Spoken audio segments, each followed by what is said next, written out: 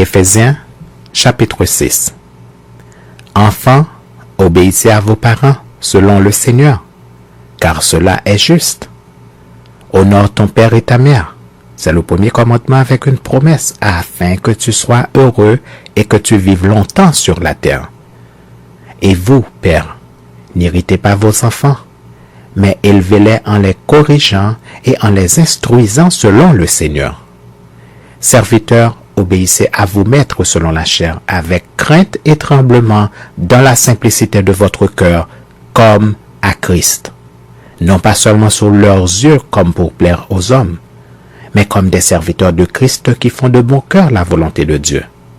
Servez-les avec empressement comme servant le Seigneur et non des hommes, sachant que chacun, soit esclave, soit libre, recevra du Seigneur selon ce qu'il aura fait de bien.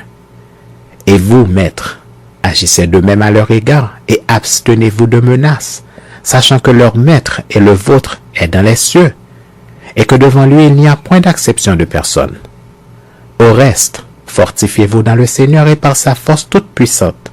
Revêtez-vous de toutes les armes de Dieu afin de pouvoir tenir ferme contre les ruses du diable, car nous n'avons pas à lutter contre la chair et le sang, mais contre les dominations, contre les autorités, contre les princes de ce monde de ténèbres, contre les esprits méchants dans les lieux célestes. C'est pourquoi prenez toutes les armes de Dieu afin de pouvoir résister dans le mauvais jour et tenir ferme après avoir tout surmonté. Tenez donc ferme, ayez à vos reins la vérité pour ceinture, revêtez la cuirasse de la justice, mettez pour chaussures à vos pieds le zèle que donne l'évangile de paix.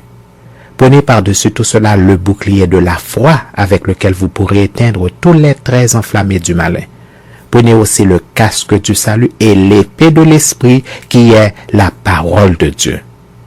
Faites en tout temps par l'esprit toutes sortes de prières et de supplications. Veillez à cela avec une entière persévérance et priez pour tous les saints. Priez pour moi afin qu'il me soit donné, quand j'ouvre la bouche, de faire connaître hardiment et librement le mystère de l'évangile pour lequel je suis ambassadeur dans les chaînes, et que j'en parle avec assurance, comme je dois en parler, afin que vous aussi, vous sachiez ce qui me concerne, ce que je fais. Tychik, le bien-aimé frère et fidèle ministre dans le Seigneur, vous informera de tout. Je l'envoie exprès vers vous pour que vous connaissiez notre situation et pour qu'il console vos cœurs.